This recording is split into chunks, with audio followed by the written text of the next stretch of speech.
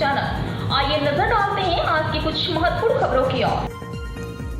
बुलंदशहर महाविद्यालय में आरोप प्रत्यारोप के बीच एसडीएम के नेतृत्व में आयोजित की गई बैठक। प्रबंधन समिति की मौजूदगी में छात्रों एवं शिक्षकों ने प्राचार्य एवं प्रबंध समिति के सचिव पर लगाए मनमानी और अनदेखी के आरोप। महाविद्यालय से संबंधित समस्या और मूलभूत सुविधाओं पर हुआ विचार। परिसर की नियमित सफाई, पूछताछ केंद्र, न्यू पेंशन स्कीम का भुगतान, लैब के लिए रासायनिक पदार्थ, कॉमन नोटिस बोर्ड जैसे मुद्दों पर बनी सहमति। एसडीएम ने दिए निर्देश, बाहरी व्यक्तियों का परिसर प्रवेश करे वर्जित। अन्य समस्याओं के समाधान के लिए आगामी दिनों में होगी बैठक। एक सप्ताह में छात्र संबंधी मांग को पूर्ण करने का एसडीएम ने दिया आश्वासन। विगत दिनों से महाविद्यालय में छात्र एवं शिक्षक विभिन्न मांगों को लेकर कर रहे थे धरना प्रदर्शन। खुर्जा के एनआरसी महाविद्यालय में हुई बैठक में शामिल हुए शिक्षक व छात्र नेता। पेश बुलंदशहर से प्रदीप पंडित की खास रिपोर्ट। सर, जो बच्चे बता रहे हैं मार्क्स को लेकर, तो क्या है पूरा मामला सर?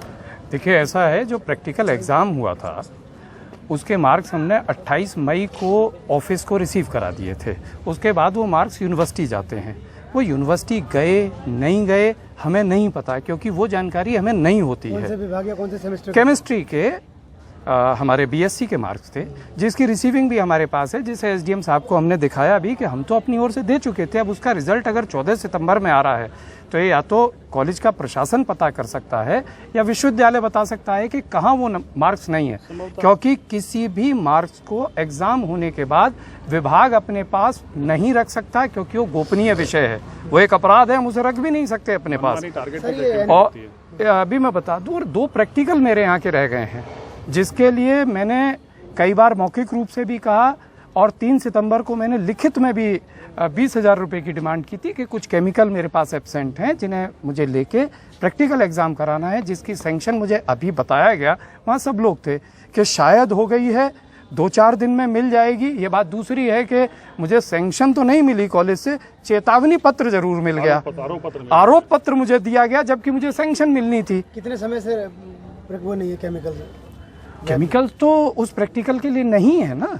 अभी जो भौतिक सत्यापन आप लोग करवा सकते हैं। और देखिए, केमिकल एक ऐसी चीज है जो हर प्रैक्टिकल के बाद खत्म होता है, फिर आता है। ये एक रेगुलर प्रोसेस है। एनपीएस क्या है सर? एनपीएस तो न्यू पेंशन स्कीम का है। जो हमारे नए साथी हैं, इनकी न्यू पेंशन स्कीम का जो धन है वो अभी तक उनके खातों में नहीं है, जिससे उन्हें बड़ा भारी नुकसान हो रहा है। लाखों रुपए का नुकसान हो रहा है, जिसकी गणना प्रॉपर नहीं हो रही है। और बजट आने के बावजूद, महाविद्यालय में आने के बावजूद भी उनके खातों में ट्रांसफर नहीं हुआ है। हमारे साथियों को बड़ा भारी नुकसान है। 2 साल से हम लोग बार बार मांग कर रहे हैं। नेहा का जिक्र करो। और हमारे यहाँ एक शिक्षिका है फिजिक्स में, नेहा जी, जिन्हें काफ़ी ज़्यादा, जिनकी तबीयत खराब है, बहुत क्रिटिकल कंडीशन में है। तो हमारे एक शिक्षक कल्याण कोष होता है, हमने मांग की थी कि उस शिक्षक कल्याण कोष से उनकी सहायता की जाए। वो अभी तक नहीं हुआ।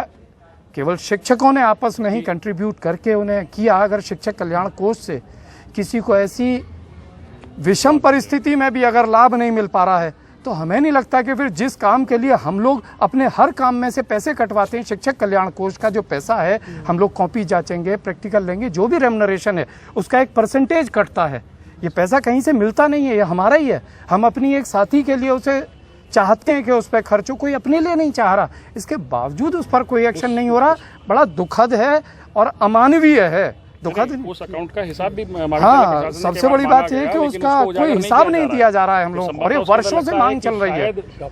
कुछ घपला उसके अंदर कहीं ना कहीं है। और कहते हैं यदि हम सही हैं, और कॉलेज के प्रशासन का केवल एक काम रह गया है, शिक्षकों को कैसे काम न कर पाए, कर्मचारी कैसे काम न कर पाए, टारगेट किया जाए, उन्हें लेटर दिए जाए, सुविधा न दी जाए। जो भी बात उठाता है, क्लासरूम्स की, लैब्स की, सबकी स्थिति आप देख सकते हैं, वहाँ क्या कंडीशन है और हम लोग किस कंडीशन में काम कर रहे हैं। सर, आज कॉलेज प्रबंधन की मीटिंग हुई, एसडीएम में मीटिंग ली है जी।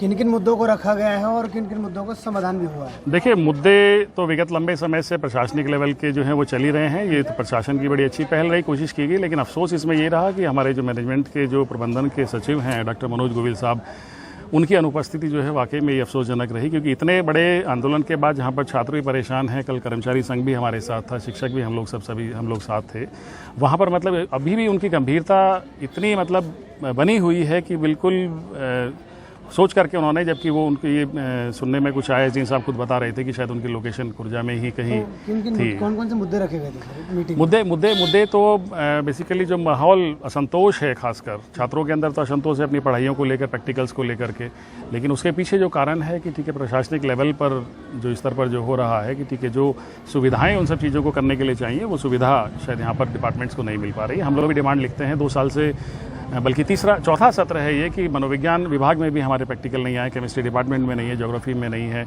हमारे पास जब प्रैक्टिकल सामग्री नहीं होगी। राष्ट्रीय शिक्षा नीति यहाँ पर लागू है, अब तो हमें इन सामानों की कम से कम जो प्रयोगात्मक विभाग है वहाँ तो बहुत ज़रूरत है, लेकिन फिर भी उस सामान के अभाव में हम लोग कैसे कैसे काम चला रहे हैं, तो बड़ी सोचनीय विषय है। और देखना होगा कि एसडी साहब ने पहल की है, शायद कोई सकारात्मक इसके अंदर रास्ता निकले, लेकिन जब तक उनसे बात नहीं होगी प्रबंध समिति के सचिव से, मैं नहीं समझता इन बातों का कोई हल हो पाएगा। अगली बैठक भी होगी?